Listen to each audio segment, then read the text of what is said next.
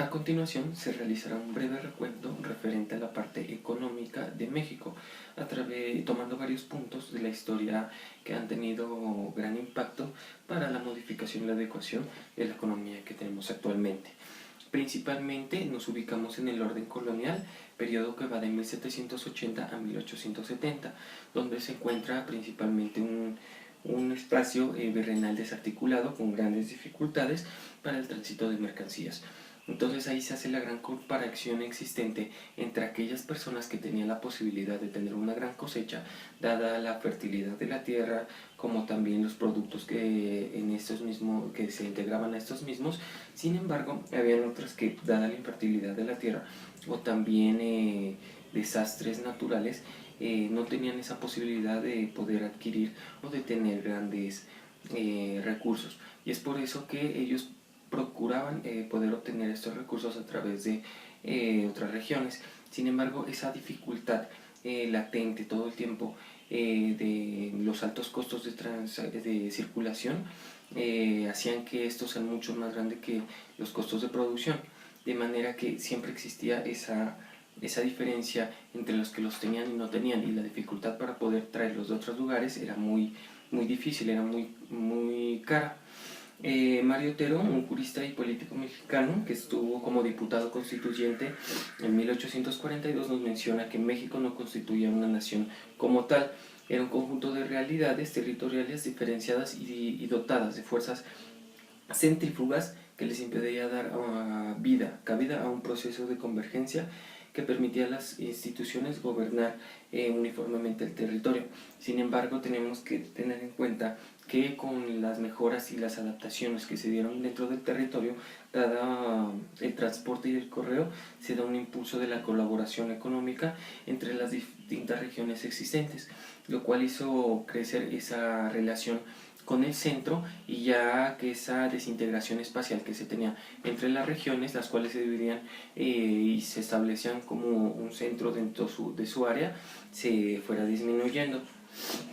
De esta manera la producción y la circulación van a sufrir de gran forma cambios, pero a mediados del siglo XIX seguían siendo los costos de producción mucho más altos que los costos de circulación, seguían siendo mucho más altos que los costos de producción. Para 1850 se tiene esa necesidad de poder delimitar cuál es el espacio geográfico referente a México, con el objetivo de poder conocer cuáles son los espacios que le pertenecen a México, y de igual manera cuáles serán los recursos que pueden explotarse en estos distintos espacios.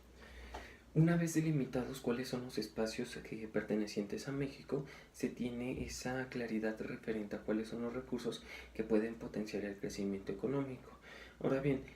para adentrarse en cuáles son los indicadores macroeconómicos existentes para la época, encontramos el Producto Interno Bruto, el cual no se preocupaba por distinguir esa producción de bienes de autoconsumo como los bienes que realmente transitaban por el territorio nacional,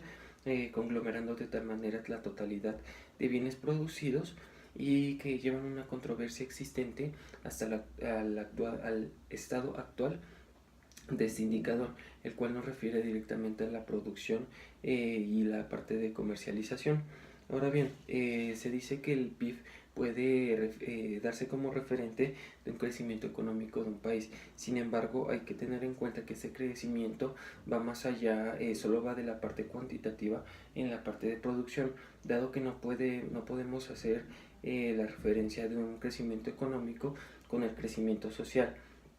Es de un contenido erróneo decir que la relación de estos dos, de la parte económica y del crecimiento social, pueden conglomerarse en un mismo indicador.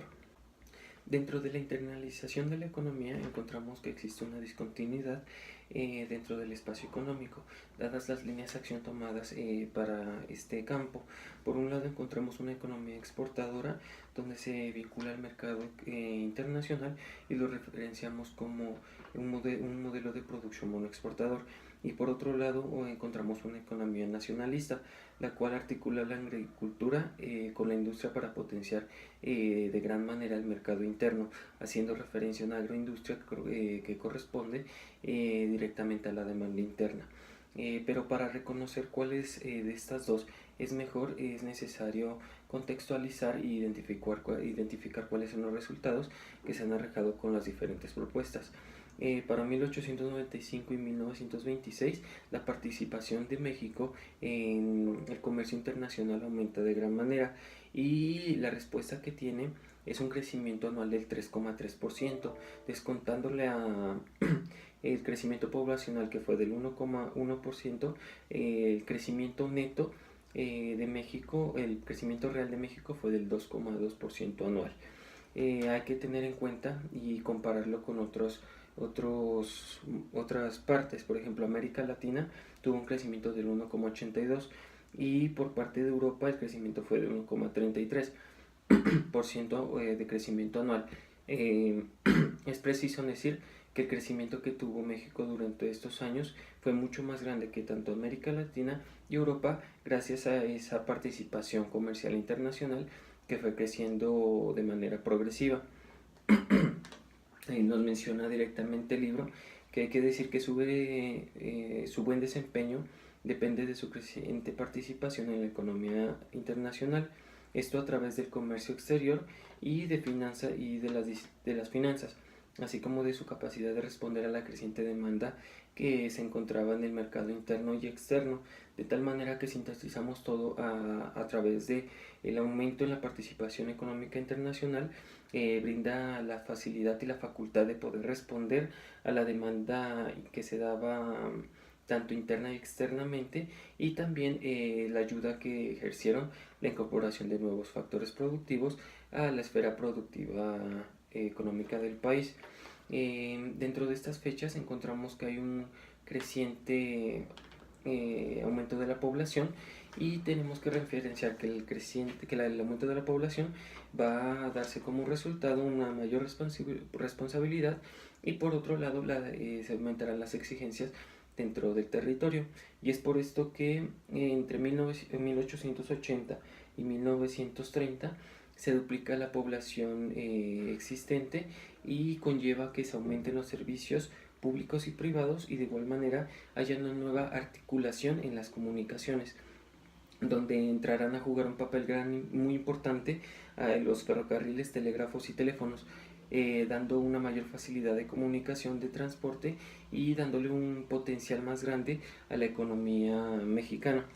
Vale la pena recordar que el papel que juegan los ferrocarriles es potenciar las rutas y los centros productivos ya existentes, y además facilitó la aparición de nuevos centros de producción, y claramente esto sí va a dar, dado que existe una mayor facilidad de transporte, y como lo habíamos visto antes, el costo de traslado va a decaer mucho más con la facilidad que brinda este medio de transporte. Y por otro, en síntesis podemos decir que estos mismos ayudan a romper las barreras existentes entre las economías regionales, que haya una unión entre los diferentes sectores ya existentes, y ayuda a surgir la participación en la economía internacional, lo cual como resultado tiene un ahorro social, el cual se iba a ver como un beneficio de gran magnitud para la sociedad. Bueno, ahora nos enfocamos en el papel que juega la innovación y el impulso a los principales sectores de la economía nacional. Pasamos directamente al sector agrícola, donde se menciona que tiene la capacidad de internacional con una gran diversidad de productos, dada la innovación integrada en este. Cuando decimos la innovación, son los diferentes procesos que se integran al proceso productivo para mejorar su productividad. Entre estos encontramos la irrigación, la rotación y los fertilizantes. Y esto hace que la cosecha se expandiera entre 1900 y 1910, haciendo alusión al periodo presidencial de Porfirio Díaz. Las hectáreas cosechadas pasan de 5,5 millones a 7,2 millones, pero todo esto acaba hasta 1915, haciendo referencia a la revolución, donde se reducen las hectáreas cosechadas a 3,2 millones. Se menciona que dentro del periodo presidencial de Díaz hay un gran impulso en la parte agrícola, dado que menciona que tiene un gran papel en la economía nacional. siendo un principal fuente de empleo, igualmente uno de los principales generadores de divisas, y tiene un gran papel también en la acumulación del capital. Nos vamos al sector de la minería, donde nos dice que la introducción de la electricidad permite que este sector tenga un gran impulso, haciendo referencia a que ahora las minas podían ser desaguadas de manera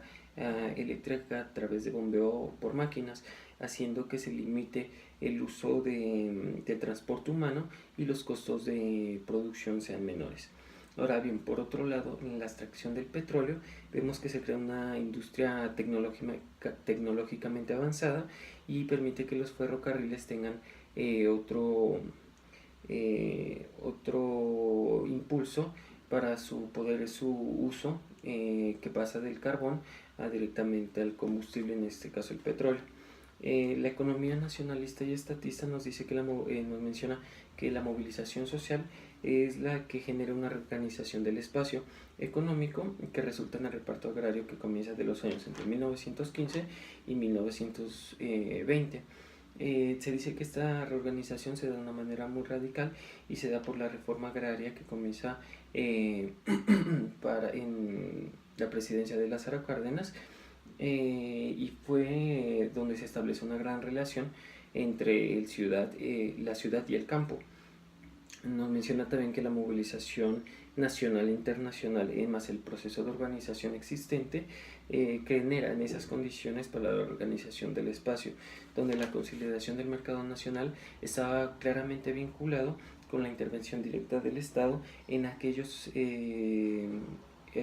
espacios que se encontraba centralizada la economía, y entre esos espacios se encontrarán la parte energética, la parte de electricidad, ferrocarriles, del petróleo y el financiamiento. Ahora pasamos a la crisis de 1929, la cual tuvo gran repercusión sobre el espacio mexicano, y más aún cuando se aumenta el desempleo y la migración comienzan a aparecer de gran manera, de gran magnitud. Sin embargo, la recuperación que tiene el país después de esta crisis es muy grande, dado que entre los años de 1949 a 1980 claramente es un periodo de tiempo muy amplio, pero se tiene una tasa de crecimiento del 6,4%, y esto como resultado del auge que tuvo, se referencia a la industrialización por sustitución de importaciones y también a la política energética que se había establecido. La evolución que tuvo el PIB durante estos años nos permite esclarecer cuáles han sido esos polos que han sacado a flote la economía del país y que han superado todos los obstáculos del crecimiento económico. El principal polo que se pone para estos años es de la industria, el cual nos menciona que tuvo la capacidad de sustituir bienes de consumo, intermedios y de capital, haciendo o favoreciendo el crecimiento económico de gran manera, y su participación dentro del Producto Interno Bruto pasa del 12,8% al 23%, haciendo referencia a los años de 1930 y 1970. Ahora bien, como bien lo habíamos mencionado, el agro había sido un gran referente en los periodos presidenciales de Porfirio Díaz, de Lázaro Cárdenas. Sin embargo, para estos años, entre 1925 y 1932, hay una gran disminución de exportaciones, lo cual hace que la agricultura se deje de lado y ya no sea un polo importante para la parte económica. Nos menciona el libro directamente que es importante recordar que el equilibrio económico de todo este periodo dependió de las tasas de protección efectivas a la industria, donde permitía que las empresas pudieran importar materias primas libres de aranceles. Ahora bien, para el periodo de 1970 a 1982, la sustitución de importaciones y la complementariedad entre el sector público y privado no sostuvo la economía y llevó a la crisis de 1982, la cual se desata por el gran endeudamiento que se había ejercido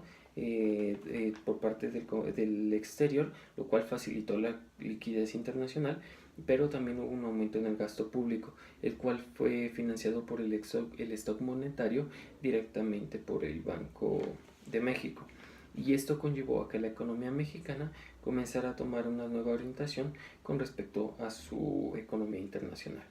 Un tema de gran relevancia para poder observar es la fomentación de la globalización, la forma en cómo ésta se fue introduciendo a la parte económica de la nación. Tenemos que referirnos a los medios de comunicación y los medios de información como una herramienta que permitió a la población superar las diferentes barreras del Estado Nacional y poder aumentar el conocimiento referente a distintas áreas. Además, es la libertad de movimientos, las cuales se referencia al periodo presidencial de Carlos Salinas Gortari como uno de los mecanismos de integración al comercio exterior más importantes. Nos menciona que la desregulación del Estado y la regulación moderada del mercado fueron aquellos mecanismos para insertar a la economía en un movimiento de globalización, favoreciendo de esta manera la participación económica, social y de las familias de bajos ingresos de la nación. Hay que tener en cuenta que para 1993 se firma el Tratado de Libre Comercio, lo cual liberizó el comercio exterior y se incluyen esos procesos que ya se habían iniciado en los años 80. Dentro de los vectores analizados dentro de esta transformación del espacio económico por efectos que tuvo la innovación, indican que el desarrollo económico de México siempre estuvo arraigado a Estados Unidos y también en menor medida con Canadá, y el ejemplo claro que se da a esta relación existente de integración que se fue dando en México de supermercados, centros comerciales, la telefonía, el internet, las carreteras y los parques automáticos. Además hay que mencionar que esta relación existente entre México y Estados Unidos va mucho más allá de simplemente la parte de tecnología y demás. Tenemos que ver las implicaciones que han tenido las variables económicas externas de Estados Unidos sobre México. Claramente lo vemos en la tasa de interés de que afecta y juega un papel un papel importante en la economía mexicana. Se menciona que gracias a la liberación de capitales y de comercio exterior, la economía financiera se convirtió en un polo de crecimiento, dado que se dio unos grandes impulsos al mismo y pudo de esta manera crecer arraigadamente para los años ya de 2000 en adelante.